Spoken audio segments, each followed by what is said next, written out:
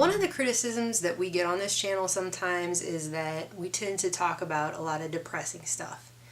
But I think it's a lot like Morpheus said. I didn't say it would be easy, Neo. I just said it would be the truth. Stop! Let me out! I can laugh at a funny cat video just as much as the next guy. Foxy, is this because no one will pet you? I just don't feel compelled to film random cat videos and then spend my whole life putting those on YouTube. But I would answer that criticism by saying what we're trying to do is empower people with the truth. Didn't say it would be fun like watching a random cat video, just said it would be the truth. And I'm sorry if it's depressing, but I would rather be depressed than be living a complete lie, floating around in a world I don't understand anything that's going on all the time, because I lived in that world for a large part of my life. And even though I was told everything was one way, it was pretty obvious reality was something entirely different, and it felt very scary. It felt very scary to live in that world. That's a scary world to live in, you know. So that is what I try to do. Why am I trying to do that?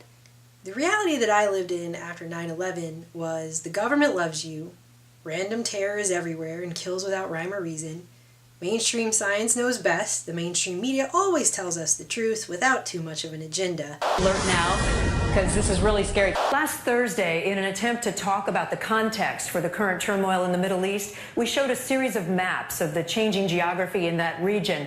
We realized after we went off the air, the maps were not factually accurate. There have been widespread concerns that mercury-based preservatives in vaccines might impair the neurological development of children. These new studies suggest that the opposite, that the preservatives may actually be associated with improved behavior and mental performance. We turned it into a teaching moment and taught them that even if you don't agree with it or don't understand it, you must respect authority. We're floating on a random rock through space in a chaotic reality where nothing's connected to anything and nothing means anything, so why does it really matter? And therefore, the meaning of my existence is to work a pointless job I hate, get up in a box, go to work in a box, drive home after 8 mind-numbing hours in a box to my personal box, and focus on the mindless entertainment of a flashing box so I can further confine myself into a box and wait out the decades, filling my body with pesticide-laden, nutritionally worthless, genetically modified junk food, and my house with dangerous chemicals and cheap slave-made crap,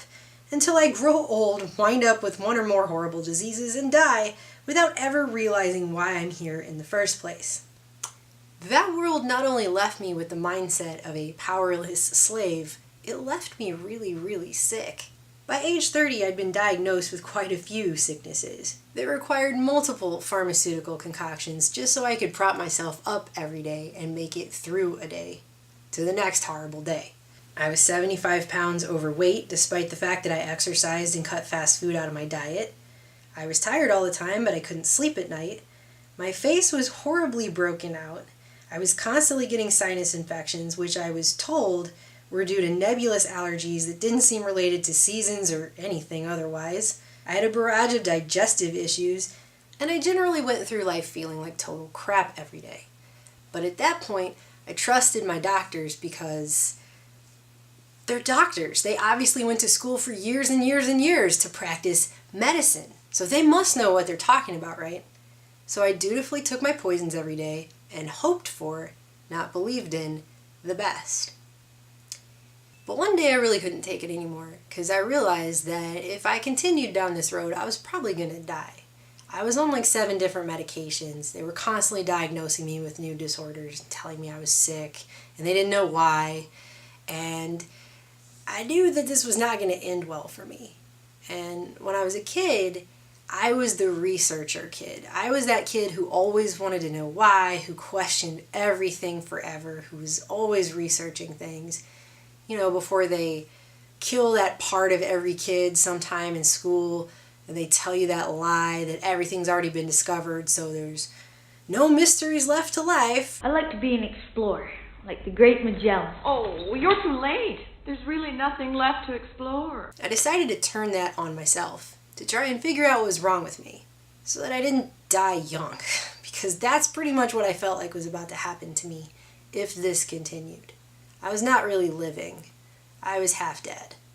I learned about the dangers of processed, unnatural, chemical-filled foods instead of just assuming that if a big, long, 6-syllable scientific word is allowed on a food label, it must be safe to eat. How did they decide what a mozzarella cheese type flavor is? Oh, this has aluminum in it. I taught myself about the very real dangers of genetically modified diets, the least of which is the known carcinogenic and estrogen-mimicking pesticides they use to grow them. I figured out that GRAS, or generally recognized as safe, is pretty well a meaningless phrase, and that the Delaney clause that keeps cancer-causing agents out of our food was amended by a guy who was once a lobbyist and vice president for Monsanto, and yet somehow was able to rise to become our FDA food safety czar, to interpret it so that small amounts of carcinogens are now perfectly allowable in our food. Like there's really just no such thing as an accumulative effect of eating small amounts of carcinogens every single day for your entire life.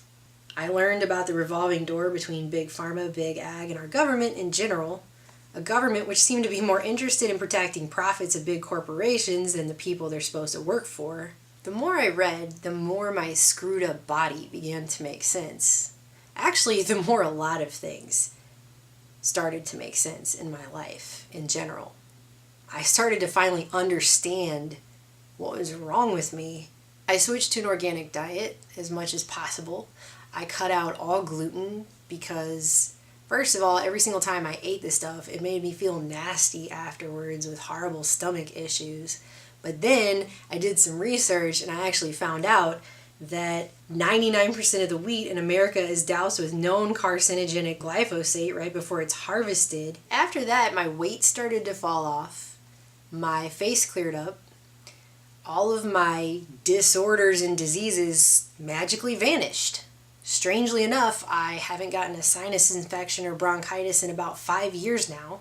And I wonder sometimes what would have happened to me if I had never done that. If I just kept eating the way I was eating and doing the things I was doing and living inside of that box the way that I was living.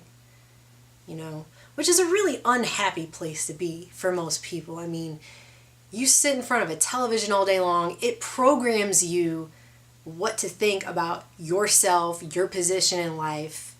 I mean, the whole point of it is to make you unhappy and think that you're lacking and that you aren't enough this or that. You're not happy because you don't have a Big Mac in your mouth, or you're not happy because you don't look like Katy Perry or whoever. I don't know who the popular person even really is, whatever. It's basically to make you feel like you're not good enough. So that you have to always be looking outside of yourself to fill yourself up with stuff that you supposedly need. And they tell you what you're supposed to need, right? And most of it's just simply not true, okay? A lot of it is, I'd say like 98% of the stuff that they tell people they need in this society is lies. It's just not true, you know? But we spend all of our time racing around trying to get all this stuff to fill this void that we're told that we have from the time that we're very small. And in the process of doing so, a lot of us make ourselves terribly, terribly ill. And we kill ourselves on it. We choke on it. It wasn't too long after that I happened upon the film Loose Change. And I already had my doubts about 9/11, but I lived in a world where you don't question things like that. You just believe what you're told about that. Because they're the government. Why would they lie? Why would they have an agenda to not be honest? Something after I watched that movie just clicked. And I guess I got it. And I think probably figuring out I had just been poisoned for 25 years of my life, that would do that to a person. It makes you a little bit distrustful of everything else that you've been told, and it leaves your mind a little bit more open to the possibility that maybe you're just not being told the truth about how things really are. And I guess it's just like that. I mean, if they would lie about something as simple and as important as food, or as huge and important as 9/11, well then, I mean, what else would they lie about? Turns out it's a lot, actually, of things.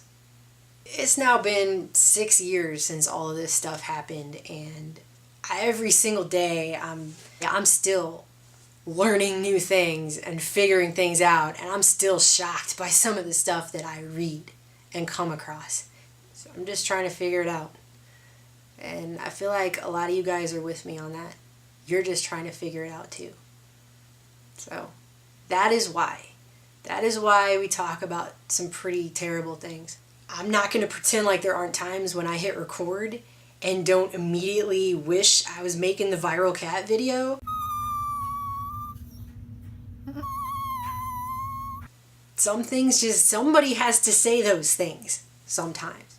Somebody needs to. I guess it's kind of like waking up in the Truman Show / The Matrix. And if you woke up in the Truman Show, what would you tell people?